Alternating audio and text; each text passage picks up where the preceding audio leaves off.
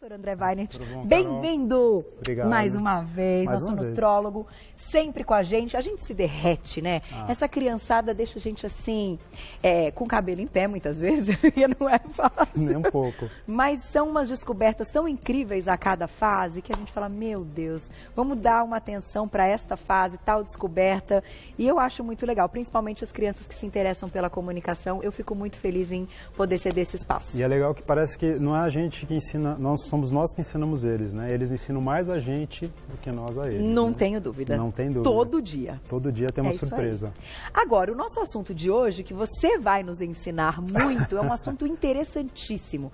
A gente vai falar das funções das gorduras no nosso organismo. Porque, falando aí por cima, ficando aí superficialmente, a gente fala, gordura engorda. A própria palavra do engorda já está traduzindo a palavra gordura.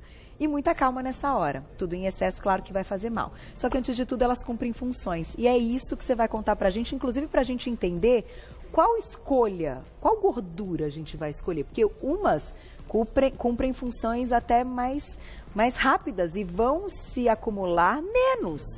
Olha que legal, eu tô louca pra essa aula. Vou ficar aqui, papel e caneta na mão aqui com o doutor André hoje. É verdade, Carol, que a gente vai falar hoje das gorduras que a gente consome, nós consumimos gordura, proteína e carboidrato.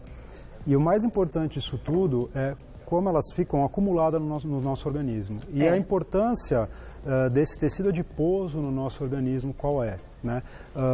A gente tem uma vaga ideia de que a gordura no nosso organismo, né, a barriguinha, o que a gente tem de gordura, serve somente para deixar, entre aspas, a gente mais feio, né? Sim, para colocar aquela capinha. Acumular energia, barriguinha. ou que aquela gordura sempre faz mal. Então é uma coisa que eu acabei vendo muito no consultório e no dia a dia das pessoas terem aquela neura, né? Quando faz exame de bioimpedância, fala, nossa, mas eu tenho gordura, quero ficar com 2%, 3% de gordura.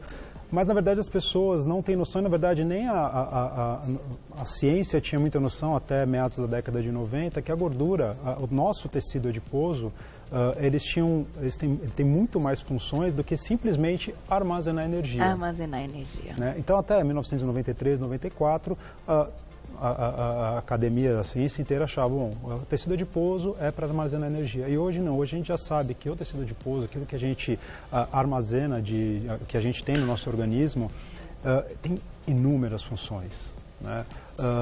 Para você ter uma ideia, eu queria até começar falando que nós temos... Quer mostrar o vídeo? A gente pode deixar só para a gente começar a falar que tem dois tipos de tecido adiposo no nosso organismo. Tá?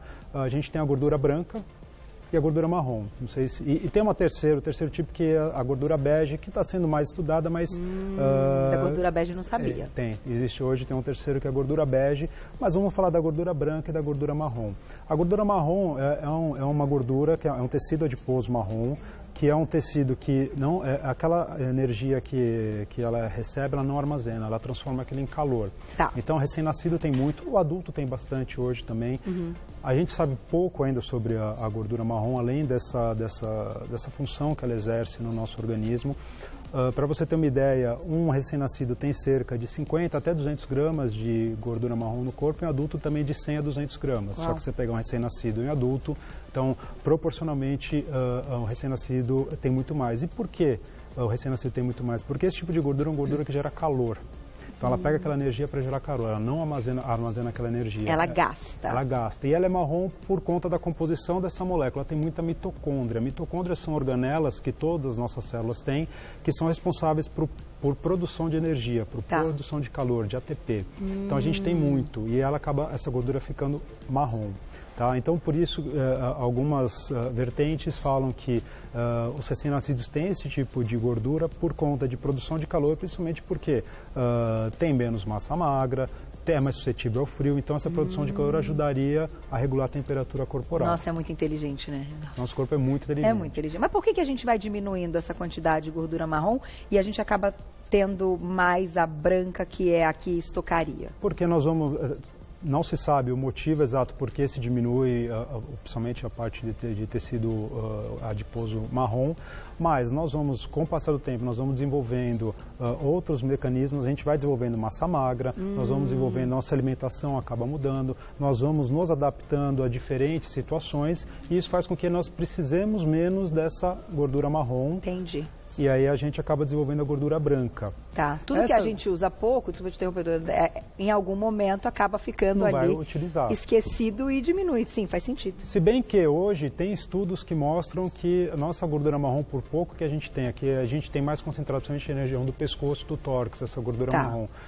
Tem alguns mecanismos de ativação dessa gordura. Inclusive, existem alguns medicamentos que a gente utiliza até para a perda de peso, que alguns estudos mostram que também ajuda a ativar essa gordura marrom. Olha que interessante. Né? Mas são coisas que ainda são pouco compreendidas ainda pela ciência. Não dá para bater o martelo. Não dá para bater o martelo. E depois a gente acaba desenvolvendo esse acúmulo da gordura branca. Esse acúmulo de gordura branca que teoricamente deveria corresponder nos homens entre 15% e 18% do peso corporal e nas mulheres de 17% a 20%, que é aquela famosa, estou com tantos por cento de gordura do meu peso. Entendi, é isso. É isso, até porque a gordura marrom ela tem tão pouquinho, é 0,05%. Então essa gordura, mas é a gordura da barriga, a gordura visceral, não importa. É a gordura corporal. Então, por exemplo, se você olhar, por exemplo, a carne, essa gordura que está na carne, essa capa, é a gordura branca que a gente tem, a gordura que está colocada aqui ali na carne. Essa é a gordura branca, é a gordura que a gente tem, não importa a localização dela, ela tem várias distribuições, se é subcutânea, se é visceral, mas é o tecido adiposo. Branco. Certo. E esse tecido adiposo branco, essa gordura, que é aquela que a gente sempre achou, se quiser até colocar o vídeo agora... Vamos colocar nosso vídeo então, tá no ponto. Que é o que a gente sempre achou que a gente tem a noção de que faz mal. Né? Que é o excesso de gordura, claro que o excesso de gordura faz mal, né? É óbvio que o excesso de gordura faz mal, mas é que o vídeo vai acabar mostrando que é esse tipo de gordura, dessa produção, o excesso de gordura que acaba sendo absorvida e que vai parar nos músculos, vão parar nas células, vão parar no tecido adiposo, no subcutâneo e vão parar nas vísceras. Aí esses são os adipócitos, né? Que são as células que armazenam essa gordura e eles vão crescendo, né? Eles vão crescendo, eles inflamam e aí você começa a ter essa sobreposição, inclusive no meio das fibras musculares. Nossa. Né? Que se olhar a carne, você vê que você tem a capa de gordura branca e você tem até uns meandros de gordura nessa carne. Também no meio. Mas a minha pergunta é a seguinte, doutor André. Entendemos a questão da gordura e até que hoje vocês colocam como orientação que as pessoas façam a bioimpedância, porque não basta um emagrecimento que você vai perder líquido e vai perder massa muscular. Você tem que ter uma perda efetiva de gordura. Certo? Então a bioimpedância é importante até para um desenvolvimento, para ver se o plano alimentar está sendo direitinho, está sendo bacana e tal. Só que algumas delas, que você trouxe o coco, o abacate, que tem o azeite, são gorduras de origem vegetal. Sim. E outras são gorduras de origem animal, que o nosso corpo reconhece que nós também temos, né? Pensando nisso. Porém, é verdade que a gordura de origem vegetal, aí você explique melhor essa cadeia, né? A cadeia da gordura, ela é muito mais difícil de ser estocada do que a gordura de origem animal? E por isso a recomendação de gorduras vegetais? Na verdade, as recomendações de gordura, elas são de origem vegetal e também tem uma recomendação de gordura animal. Inclusive, a famosa gordura saturada, né, que também tem de origem vegetal, mas é muito mais de origem animal, tem-se uma recomendação de 7 a 10% do valor calórico total que você tem. Isso. Tá. O importante é entender o seguinte, não importa se você vai consumir de origem animal ou vegetal, o importante é a quantidade, a qualidade, como você vai compor essa sua alimentação e o estoque, a gente vai estocar, se tem uma maior facilidade ou uma maior dificuldade em metabolizar, estocar esse tipo de gordura, mas é muito mais pela quantidade e como você vai compor o seu alimento. Então, você vai ter muito mais facilidade de estocar a gordura se você consumir em excesso, seja ela animal ou seja ela vegetal. Você vai ter muito mais facilidade em estocar essa gordura como fonte de energia se você consumir muito carboidrato simples junto. Por quê? Aí que volta, porque esse tecido adiposo, essa nossa gordura, os adipócitos, a gordura ela é armazenada em forma de triglicerídeos. E os triglicerídeos eles são compostos por ácidos graxos, que são as gorduras que a gente come. Entendi. Seja saturado, seja insaturado, poliinsaturado, monoinsaturado, ele junta-se com uma molécula de glicerol e deposita em forma de triglicerídeo. Esse triglicerídeo em excesso, e aí não importa Se você consumiu em excesso a gordura vegetal ou gordura animal, ela vai ser armazenada no nosso tecido adiposo. E os triglicerídeos também estão ligados aos carboidratos. Porque esse triglicerídeo é formado pelo glicerol e 3 moléculas, o glicerol que é do açúcar, e 3 moléculas de ácidos graxos. De gordura. Exatamente. Então, é quando junta tudo, gente. É por isso que essa composição, e por isso que eu falo, é claro que é importante a gente ter esse equilíbrio de comer a gordura, de comer o carboidrato, de comer a proteína, porque tudo em excesso, a forma que essa energia vai ser armazenada vai se transformar em gordura. Mesmo a proteína em excesso, bioquimicamente, ela vai ser armazenada em forma de gordura. Tudo vai ser armazenado. Quando sobra... É armazenado em forma de gordura. A gente tem uma forma de armazenar glicogênio, que é uma forma de armazenar que a gente armazena no fígado e armazena nos músculos. Tá? E aí sim, por que a gente acaba? Nós, na verdade, geneticamente, nós somos muito acumuladores. A gente sempre precisou caçar, a gente sempre precisou ir atrás de alimento, passava tempos e tempos em jejum, e depois, com o desenvolvimento do dia a dia, a gente teve uma facilidade em pegar esse alimento, então o nosso organismo entendeu, né, evolutivamente, que a gente consegue guardar hoje com muito mais facilidade. Sem gastar. Sem gastar. Então, hoje, qualquer coisa que você consuma em excesso, esse tecido adiposo ele vai armazenar em forma de triglicerídeos e vai ficar, e por isso que a gente hoje acumula-se muito mais a gordura branca, e pensava-se até 20 anos atrás, mais ou menos, que essa gordura servia para isso, e ponto, para mais nada. E depois de um certo tempo, desde a década de 1990, começou a descobrir que o nosso tecido adiposo, que é a nossa gordura, e por isso que é importante fazer a bioimpedância, e por isso que é importante que todo mundo entenda que a gente precisa ter gordura no nosso organismo, porque esse tecido, o tecido adiposo branco, ele libera algumas substâncias que a gente chama de adipocinas, que são proteínas que tem as pró-inflamatórias e as anti-inflamatórias, que auxiliam o nosso metabolismo. Uma das primeiras que foram descobertas foi a leptina. Já ouviu falar de leptina? Leptina, que é o hormônio que a gente fala que é o hormônio da saciedade. É ligado, então, à gordura? Ele é produzido na gordura. Ele é produzido na nossa gordura. Puxa. Então, o nosso tecido adiposo produz a leptina. Então, e aí entra num paradoxo, que são discussões que a gente pode até depois conversar. Que interessante, doutora. Então, teoricamente, quanto mais gordura você tiver, mais leptina você produz, mais... É verdade, leptina é hormônio. É hormônio da saciedade. Tudo que tem de hormônio é ligado à gordura. Então, teoricamente, o obeso tem mais produção de leptina, mas aí você fala, mas o obeso ele come mais. Mas aí o obeso entra numa outra que ele tem uma resistência à ação da leptina. Então, meio paradoxal, mas já existem casos, são raros, de obesos por falta de produção do hormônio. Quando você trata com leptina, a pessoa emagrece, mas é muito difícil. Entendi, que daí seria uma doença específica. Seria uma doença. Mas que interessante. Exatamente. Ela produz outras substâncias chamadas adiponectinas. Que são as adiponectinas. Elas estão ligadas à resistência insulínica.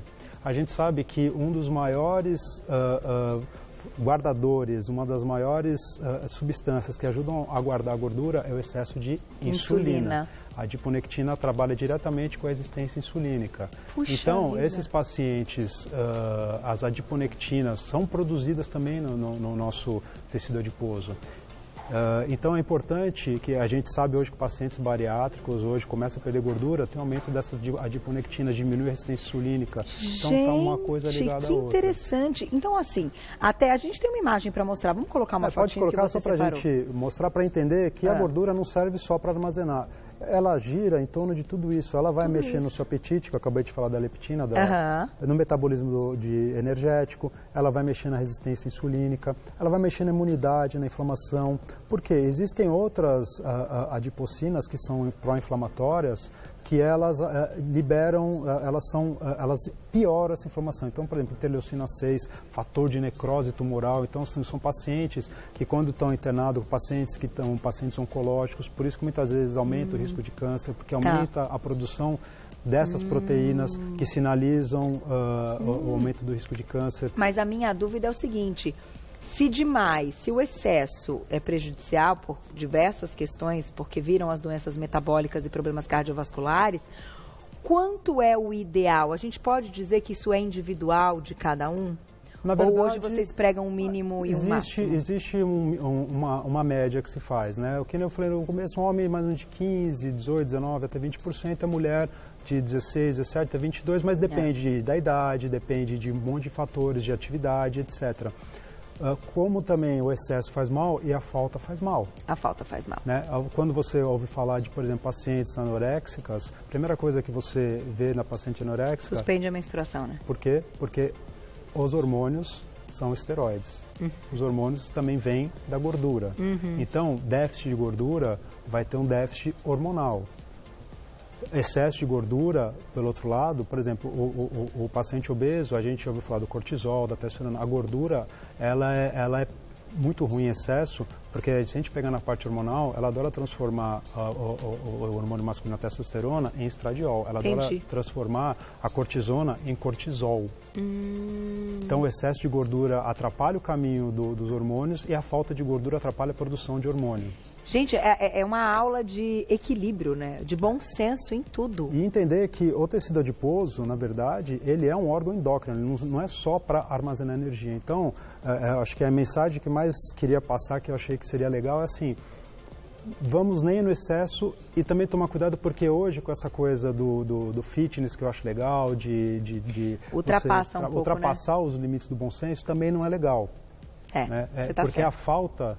Você vai deixar de produzir um monte de outros fatores, um monte de outras proteínas, inclusive a parte hormonal, que pode interferir completamente no teu bem-estar e no teu dia a dia. Gente, que é perigosíssimo, na verdade, né? E quando a gente fala aí da questão dos atletas, que tem baixa porcentagem de gordura e tudo, lembrem-se de um detalhe, eles têm um acompanhamento muito maior do que nós, né? Que treinamos, que praticamos atividade física, mas dentro aí de uma questão moderada e que não chega nesse excesso, porque precisa ter acompanhamento médico. As maratonistas, a gente sabe que muitas delas já relataram, inclusive, né, que ficaram sem menstruação e coisa e tal. Então, assim, não tem os excessos realmente não levam a lugar. E entender o porquê que não pode, né? Acho que isso é o mais importante. Arrasou, doutor André. Vamos lembrar que um pouquinho precisa. E que bom, né? Então, olha que notícia boa. Então, a gente pode ser feliz e...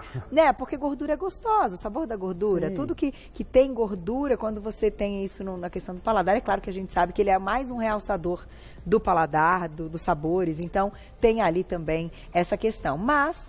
conte sempre com o seu médico. Faça sempre os exames e siga as orientações para você. Né? Lembrem-se disso. Agora, a combinação de muita gordura saturada e muito carboidrato refinado, aí não é legal. Excesso de gordura ruim. Obrigada, doutor André. Vou deixar aqui o seu contato. Quem quiser saber mais, vai lá para segui-lo. Lá no Insta, no @AndréNutrólogo, tudo junto, @AndréNutrólogo no Facebook também. Tem o telefone de contato da clínica, que é o 2638-2098, 2638-2098. Semana que vem ainda tem trabalho.